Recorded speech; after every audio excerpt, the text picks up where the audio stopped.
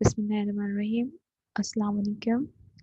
आज जो है वो हमारा सेकंड लेक्चर है एमएस ऑफिस का।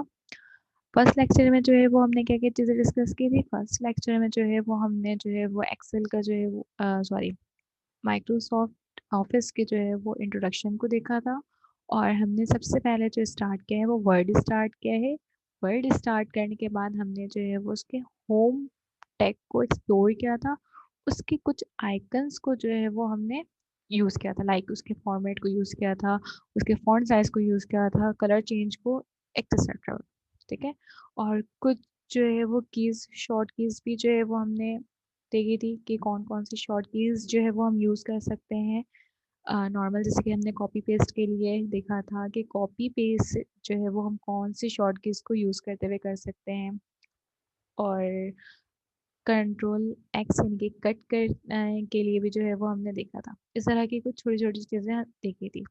आज बेसिकली हम क्या करेंगे, आज जो है वो हम जो है वो होम के ही टैग के अंदर जो उसके मज़ीद आइकन्स हैं उनको एक्सप्लोर करेंगे। सबसे पहले जो है वो हम बुलेट, अपने टेक्स्ट को बुलेट देना सीखेंगे। ठीक है, किस तरीके से हम बुलेट टेक्स्ट कर सकते हैं, अपने टेक्स्ट को बुलेट फॉर्म में किस तरीके से कर सकते हैं। और टेक्स्ट अलाइनमेंट हम देखेंगे। हम अपने टेक्स्ट को जो है वो अलाइनमेंट, उसकी अलाइनमेंट किस तरीके से कर सकते हैं। स्पेसिंग, लाइन के दरमियान जो स्पेसिंग क्रिएट, वो हम ऑटोमेटिक तरीके से वो हम किस तरीके से कर सकते हैं। ठीक है। उसके बाद जो है वो हम अपने टेक्स्ट फॉरवर्ड कैसे कर सकते हैं, टेक्स्ट बैकवर्ड कैसे कर सकते हैं। और एरर यानी कि नॉर्मल जो हमारे ऐसे वर्ड्स जो हमारे डिक्शनरी में एग्जिस्ट नहीं करते हैं, उसको हम बेसिकली किस तरीके से जो है वो रिमूव कर सकते हैं। ये चीज़ें, इन चीज़ों को जो है वो आज हम जो है वो एक्सप्लोर करेंगे। ठीक है। मैं अपनी स्लाइड्स आपसे शेयर कर लेती हूँ, जो जो मैंने कहा है उसको हम एक बार इम्प्लीमेंट करेंगे।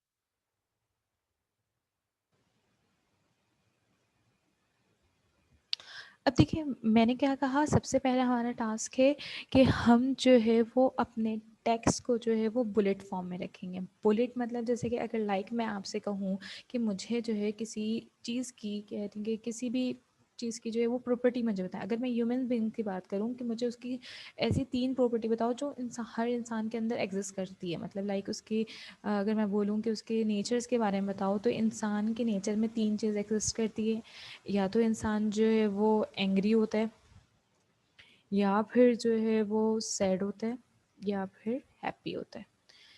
ये तो था, मतलब मैंने ऐसे बोल दिया। अब मैं इसको बोलूँ कि मुझे पॉइंट वाइज लिखे। हम नॉर्मल कॉपी किताब में जो आप लोग यूज़ करते हैं वो क्या करते हैं, डॉट डाल देते हैं, 1 2 करके कर देते हैं। इस तरीके से कर सकते हैं। ऑटोमेटेड तरीके से हम कैसे कर सकते हैं, ये हम देखते हैं। ये देखो, ये जो यहाँ वाला आइकन्स हैं, ये जो आपको नज़र आ रहा है, इस आइकन्स को यूज़ करते हुए हम क्या कर सकते हैं, टेक्स्ट को बुलेट कर सकते हैं। अब बुलेट देखो यहाँ पे काफ़ी किस्म का है। अगर मुझे स्क्वायर्स में देना है, स्क्वायर्स में देना है, तो ये देखो, ये स्क्वायर्स में भी है, फिल स्क्वायर्स है। सर्कल में देना है, एम्प्टी सर्कल्स भी मौजूद है, फिल अप सर्कल भी मौजूद है। अगर मुझे मज़ीद डिज़ाइन में देना है, ये देखो यहाँ मौजूद है। अगर मुझे चेकआउट यूज़ करना है तो मैं ये यूज़ कर सकती हूँ। और ये मज़ीद डिज़ाइंस मौजूद है। मैं फ़िलहाल अभी क्या कर रही हूँ, स्क्वायर्स फॉर्म में मैं ले लेती हूँ। अब मैं जैसे ही अपने टेक्स्ट को लिखते जाऊँगी, वो और मुझे जो है वो ऑटोमेटेड फॉर्म में जो है वो मुझे वो बुलेट देता जाएगा। मुझे बार बार बुलेट्स को लिखने की ज़रूरत नहीं है। ठीक है, ये बार बार मुझे जो है वो बुलेट्स देने की ज़रूरत नहीं है। अब मुझे इस बुलेट्स को ख़त्म करना है, या तो आप चाहो आप इसको, इस आइकन्स को दोबारा क्लिक कर दो, ये ऑटो ख़त्म हो जाएगा। अगर इस तरीके से नहीं करना है, जैसे कि आपने ये सिलेक्ट किया हुआ है, इस तरीके से नहीं करना है, बैक स्पेस जो बटन होता है उसको जो है वो आप दोबारा से प्रेस करो तो वो वापस चला जाएगा। क्लियर है। फिर अगर मुझे ये बुलेट फॉर्म में, मुझे स्क्वायर्स में नहीं चाहिए था, मेरे टीचर ने कहा था मुझे 1 2 तरीके से, मतलब 1 2 3 हम जिस तरीके से ABCD ऑप्शंस में लिखते हैं ना, उस तरीके से करने के लिए। तो ये देखो, यहाँ पे इतनी सारी लाइब्रेरी में ही मौजूद है। अगर मुझे जो है वो नंबर्स में यूज़ करना है, अगर मुझे अल्फ़ाबेटिकल यूज़ करना है, अगर मुझे रोमन काउंटिंग्स में यूज़ करना है, तो ये देखो टैक्स लिखा दिया जाएगा, वो ऑटोमेटिक तरीके से जो है वो जितना 1000 जनरेट करोगे 1000 पॉइंट्स वो खुद ही लिखते हैं। हम क्या करते थे, हम बैठकर जो है वो 1 2 3 लिख रहे होते थे, 1 2 3 मतलब काउंटिंग करके काम करते थे। यहाँ पे क्या हो रहा है, ऑटोमेटिक तरीके से जो है वो चीज़ें एक्सप्लोर हो रही हैं।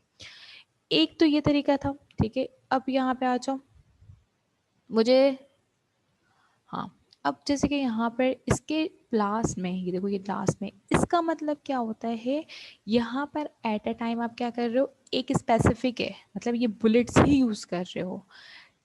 यहाँ पर हम क्या कर रहे हैं, अल्फ़ाबेट यूज़ कर रहे हैं और नंबर्स यूज़ कर रहे हैं और रोमन्स यूज़ कर रहे हैं, मतलब स्पेसिफिक है, कोई एक ही यूज़ कर रहे हैं एट अ टाइम।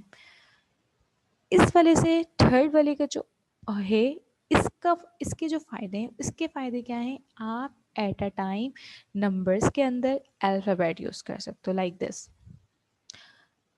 समझ आई? इसका क्या फ़ायदा है, इसको मैं आपको बताती हूँ। जैसे कि अगर आपने एक टेक्स्ट लिखा, ये यहाँ पर नहीं आएगा, यहाँ पर कर देती हूँ मैं, ठीक है। आपने जो है वो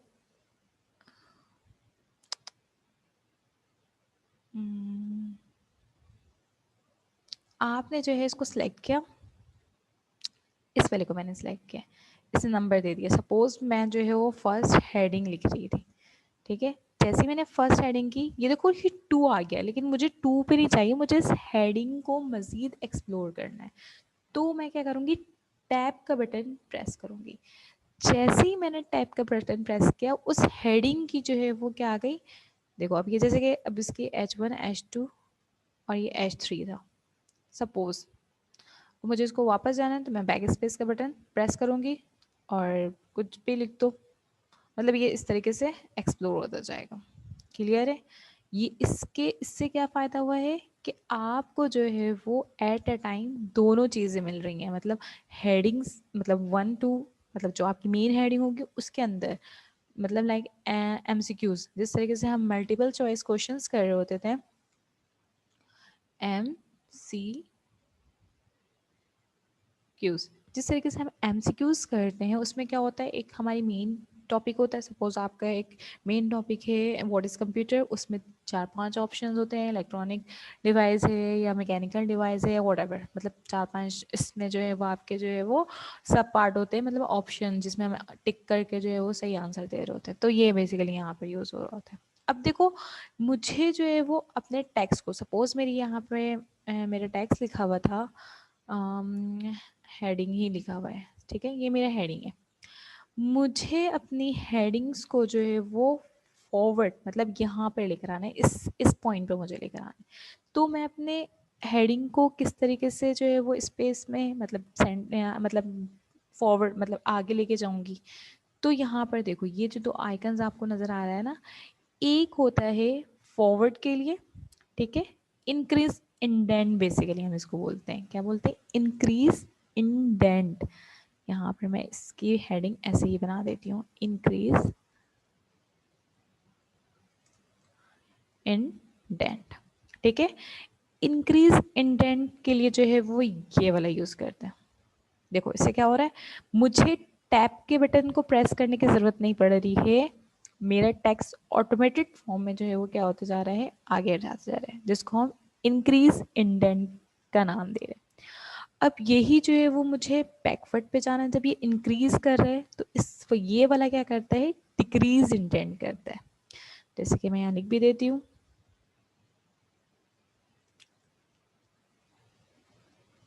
ये क्या करेगा, आपके टेक्स्ट को जो है वो क्या करेगा, बैकवर्ड, एक फॉरवर्ड भी हम कह सकते हैं, इंक्रीज इंडेंट भी कह सकते हैं, डिक्रीज इंडेंट भी कह सकते हैं, या बैकवर्ड कह लो, जो आपको समझ में आए,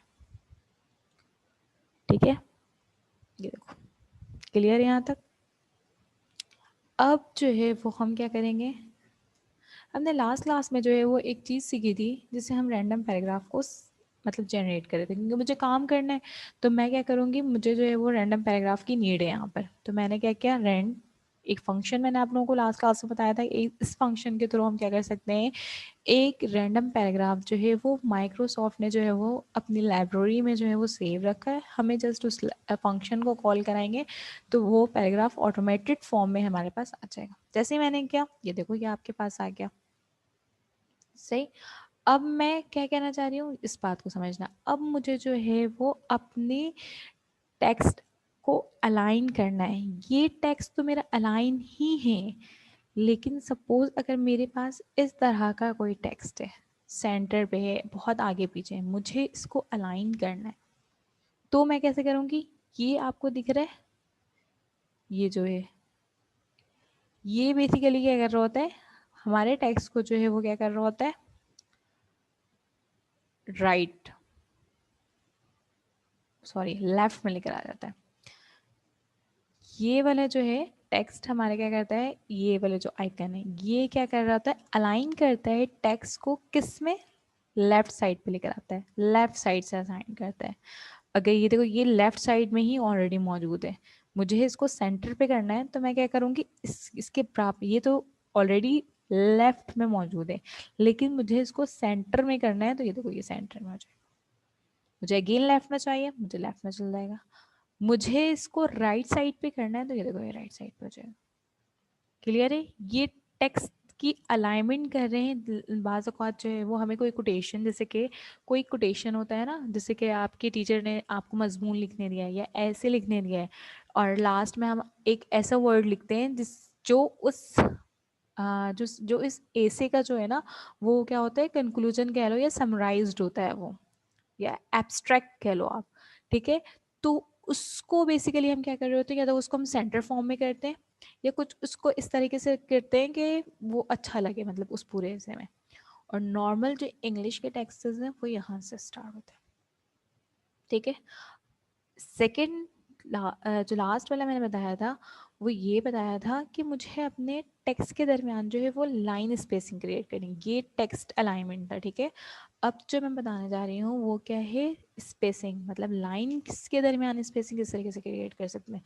नॉर्मल जो है वो कॉपीज़ में जो हमारे पास होता है उसमें क्या होता है कि कॉपीज़ में जो है वो मतलब एक, मतलब फिक्स पैटर्न मौजूद है कि एक लाइन के जो है इतना गैप होगा, स्पेस इतना वो देते हैं, तो आपको उसमें स्पेस क्रिएट करने की ज़रूरत नहीं है। आप ऑटोमेटेड तरीके से किस तरीके से कर सकते हो वो देखते हैं।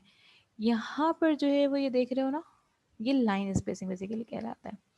यहाँ पर देखो, नॉर्मल हम 1.0 रखते हैं अपने स्पेस को, ठीक है, या 1.15 रखते हैं, इससे ज़्यादा नहीं रखते। अगर मुझे इसको बढ़ाना है, मुझे लग रहा है कि मेरे जो टेक्स्ट्स है ना वो बहुत करीब करीब है, मुझे इनके दरमियान स्पेस क्रिएट करना है, तो ये देखो, मुझे मज़ीद इसको स्पेस क्रिएट करना है, ये देखो, ये क्या हो रहा है कि टेक्स्ट के दरमियान क्या कर रहा है, स्पेस क्रिएट कर दे रहा है। फिर यहाँ पर एक ये चीज़ ऑप्शंस है, जब आप हेडिंग क्रिएट करते हो ना, जैसे कि यहाँ पे मेरी हेडिंग थी, मैं इस हेडिंग को कंट्रोल एक्स करके कंट्रोल वी कर रही हूँ, और यहाँ पर मैं इसको जो है वो क्या कर रही हूँ, करीब कर दे रही हूँ, सही। अब मुझे लग रहा है कि ये जो मेरी हेडिंग है ना, वो मेरे जो पैराग्राफ है नीचे उससे बहुत ज़्यादा करीब है। मुझे इसको जो है वो क्या करना है, दूर करना है, मतलब इसके इसके दरमियान स्पेस क्रिएट करना है। तो मैं क्या करूँगी, ऐड स्पेस मैंने क्रिएट किया है बिफोर, पैराग्राफ से पहले जो है वो क्या कर दे, स्पेस क्रिएट कर दे। एक होता है remove space after paragraph, paragraph के बाद जो है वो क्या कर दे, स्पेस। ये नॉर्मल जब हम टेबल्स वगैरह बनाते हैं तो टेक्स्ट को जो है ना, स्पेस को जो है वो ख़त्म करने के लिए और स्पेस को क्रिएट करने के लिए जो है वो फिर हम ये दोनों को यूज़ कर रहे होते हैं। ये वाला क्या करेगा, remove space before paragraph, paragraph से पहले स्पेस को ख़त्म करेगा, और नीचे वाला क्या करेगा, ऐड स्पेस आफ्टर पैराग्राफ, ठीक है। मतलब पैराग्राफ के बाद जो है वो स्पेस क्रिएट करेगा। क्लियर है? उसके बाद हमारा था एरर को, देखो यहाँ पर अभी जितने भी यहाँ पर वर्ड्स लिखे हुए हैं ना, ये हमारी इंग्लिश की डिक्शनरी में एग्जिस्ट करता है, इस वजह से इसमें कोई एरर्स नहीं दिए हुए। जैसे कि ये मैंने लेटर लिखा है हा हा हा हा, ऐसा कोई लेटर जो है, कोई वर्ड्स जो है वो हमारे डिक्शनरी में एग्जिस्ट नहीं करता। मुझे इस तरह के एरर्स को रिमूव करना है। आप लेट सपोज ऐसा कर लो कि यहाँ पर आप अपना नाम लिख दो, इट मीन मैं अपना नाम लिख देती हूँ यहाँ पर, ठीक है, जैसे ही मैं स्पेस दूंगी ये देखो ये एरर दे रहा है, मेरा नाम नहीं एग्जिस्ट करता, ना आप में से किसी का नाम एग्जिस्ट करता होगा डिक्शनरी में। तो एक फंक्शन है जिस फंक्शन के थ्रू जो है वो हम क्या कर सकते हैं, इस तरह के एरर्स को जो है वो रिमूव कर सकते हैं। बेसिकली फंक्शन क्या है, F7 एक फंक्शन है। जैसे ही मैं F7 प्रेस करूंगी वो यहाँ पर देखो ऑप्शन दे रहा है मुझे इग्नोर वंस, मतलब आपके डॉक्यूमेंट्स में क्या एक बार जो एरर है नौशाबा उसको रिमूव करना है, आप एक करोगे फिर वो अगेन दूसरा पूछ रहा है, तो इससे क्या मतलब वो एट अ टाइम एक को कर रहे हैं। इग्नोर ऑल को करूँगी तो इट मीन्स कि जितने भी आपके डॉक्यूमेंट्स में जितने भी एरर हैं वो उन तमाम को क्या कर देगा, रिमूव कर देगा। और ये देखो यहाँ पर आ जाएगा, तो आप क्या करोगे, ओके कर दोगे। ठीक है, एक होता है, इससे क्या होता है कि अगर मैं इस तरह के नाम को, जैसे कि मैंने यहाँ लिखा है नौशाबा, ऊपर भी मैंने नौशाबा लिखा है, तो मुझे बार बार क्या करना पड़ रहा है, इसको F7 प्रेस करना पड़ रहा है, और मैं यहाँ पे इग्नोर वंस या इग्नोर ऑल करूँगी तो ये कर देगा ख़त्म। लेकिन मुझे, मैं चाह रही हूँ कि मैं अपने डिक्शनरी में जो है वो इस नाम को ऐड कर देती हूँ। मैंने जैसे ही ऐड किया देखो ये एरर ख़त्म हो गया। डिक्शनरी में ऐड करने से मुझे फ़ायदा क्या हुआ,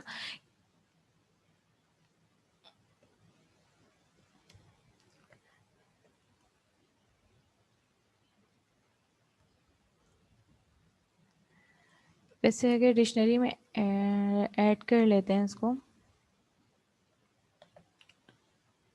डिक्शनरी में ऐड करने से ये फ़ायदा हो जाता है कि आपके जो वर्ड्स होते हैं ना वो जो है वो डिक्शनरी में जो है वो ऐड हो जाते हैं। मेरे ख्याल में मेरे जो है वो कुछ मसला कर रहा है, तो इस वजह से ये एरर को वो रिजॉल्व नहीं कर रहा है। लेकिन आप लोग जब अपने पास करोगे ना, लास्ट टाइम मैंने क्लास में जो है वो आई थिंक रहमा से जब डिस्कस करे थे तो उसने क्या था, तो हो गया था उसका। तो होपफुली आप लोगों का भी जो ये हो जाएगा इशू। अगर आप ऐड टू डिक्शनरी में कर दोगे तो वो जो है वो एरर्स जो है वो बार बार, अगर उस नाम का एरर उस नाम को जो है वो बार बार यूज़ करोगे तो वो आपकी डिक्शनरी में ऐड हो चुका है, उसके बाद वो एरर क्रिएट नहीं करेगा। ठीक है, ये थी चीज़ें। इसके बाद एक चीज़ आती है, मैंने वहाँ पर नहीं बताया था, अभी यहाँ बता दे रही हूँ। एक होता है सबस्क्रिप्ट, एक होता है सबस्क्रिप्ट, एक होता है सुपरस्क्रिप्ट। सबस्क्रिप्ट क्या करता है, आप सपोज नॉर्मल जैसे कि मैं एक्स लिख रही हूँ, मुझे एक एक्स मेरा जो है वो एक सपोज एक लेटर है, ठीक है। मुझे चाहिए एक्स के नीचे नीचे मुझे एक टेक्स्ट या एक लेटर या एक अल्फ़ाबेट को नीचे इसके डालना है। नॉर्मल हम क्या करेंगे, एक्स लिखूंगे उसके नीचे में छोटा सा जो है वो CO या नंबर कुछ भी मैं लिख सकती हूँ। ऑटोमेटेड फॉर्म में किस तरीके से कर सकते हैं, ये देखो यहाँ पर एक ऑप्शन है सबस्क्रिप्ट का। जैसे ही मैं सबस्क्रिप्ट के आइकन्स को प्रेस करूंगी तो वो क्या कर देगा, मेरे टेक्स्ट को क्या कर देगा, नीचे ले। अब मैं पूरे लेटर्स भी लिख सकती हूँ। Got it. सबस्क्रिप्ट क्या करता है, आपके टेक्स्ट को जो है वो नीचे लेकर आ जाता है। सुपर स्क्रिप्ट क्या करता होगा, इसका बिल्कुल अपोजिट, आपके टेक्स्ट को क्या करता है, वो ऊपर लेकर जाता है। जैसे कि अगर सपोज मैंने जो है वो यहाँ पे मैं एक्स यूज़ कर रही हूँ, लेकिन अब मुझे नीचे नहीं चाहिए, मुझे ऊपर चाहिए, तो मैं क्या यूज़ करूँगी, सुपर स्क्रिप्ट यूज़ करूँगी। ठीक है, डिफरेंस समझ में आ गया, चीज़ें समझ में आ गई। तो अब हम देख लेते हैं कि आज जो है वो हमने क्या क्या चीज़ें देखी हैं। हम्म,